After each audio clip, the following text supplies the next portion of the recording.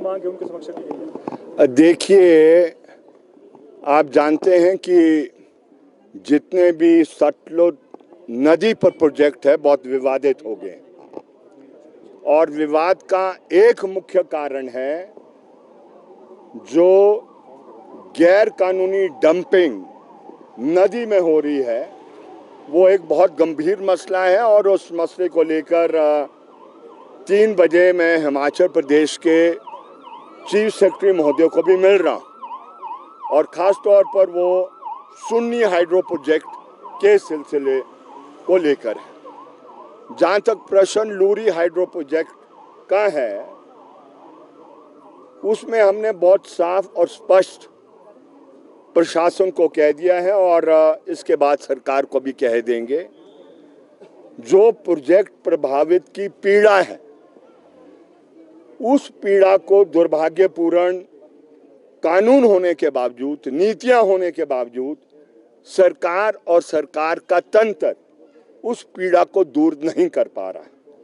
और इसलिए आप जानते हैं कन्नौर में बहुत से प्रोजेक्टों के प्रश्न को लेकर जो नौजवान हैं और महिलाएं हैं उन्होंने वो प्रोजेक्ट बनने ही नहीं दिए।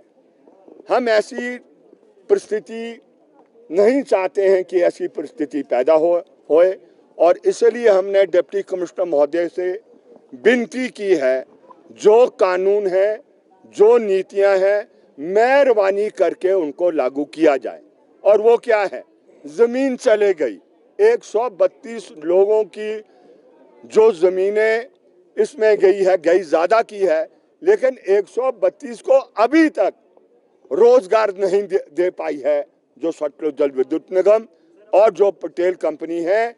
इससे बड़ा दुर्भाग्य क्या होगा, आपने सारी कुर्बानी दे दी, सारी भूमि चले गई, कोई भूमि बची नहीं, लेकिन उसके बावजूद आज प्रोजेक्ट को बनते हुए ये समझ ले आप 5 साल हो गए हैं, लेकिन 5 साल में आप रोजगार नहीं दे पाए।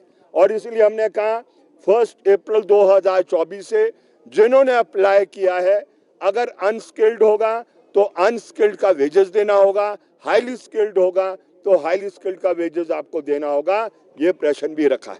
दरारें मकानों में आ गई है, जो ब्लास्टिंग वहां प्रोजेक्ट पर की जाती है, लेकिन सर्वेक्षण के अलावा एक स्थान को छोड़कर जो नृत्य में है वो उसका मुआवजा दिया गया है। लेकिन जितनी भी 11 पंचायतें वो चाहे रामपुर बुशहर में लगती है, कुल्लू वाले इलाके में लगती है या कमार्शन वाले इलाके में लगती है, एक नया पैसा नहीं मिला। और ऊपर से जिस तरीके की बरसात आ रही है, मकान बचेंगे नहीं बचेंगे ये कहना कठिन है। लगातार 2019 से मैं समझता हूं कोई किसान ऐसा नहीं होगा जिसकी ये 10वां हिस्सा भी फसल का लगा हो, चाहे प्लम है, बादाम है या आपके एप्रिकॉट है या चरी या सेब है। उस इलाके में इसलिए नहीं लग रहा है, जो धूल उड़ती है, सारी की सारी धूल तमाम फसलों को नष्ट कर लेती है। और वो एक साल को छोड़कर जो 2021-22 का कुछ पंचायतों में मुआवजा दिया है, बाकी अभी सारे देख ही रहे हैं कि कब सरकार और सरकार का तंत्र मदद करेंगे। तो इसलिए एक किस्म से हमने आज अपने सुझाव भी दिए हैं, हाथ जोड़ के विनती भी की है।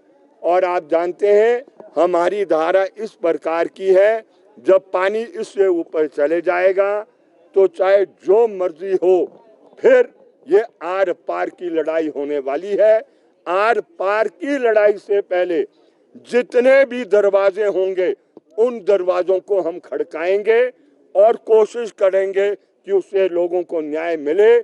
अगर न्याय नहीं मिल पाएगा, फिर आखिरी हथियार, हम उस आखिरी हथियार को इस्तेमाल करेंगे और वो आखिरी हथियार हिमाचल प्रदेश की सरकार के लिए अच्छा नहीं होगा। तो समय रहते हुए हम सरकार से अपील कर रहे हैं कि लोगों की पीड़ा को दूर करें जो कानून के दायरे के अंदर आती है। बीते दिनों मुख्यमंत्री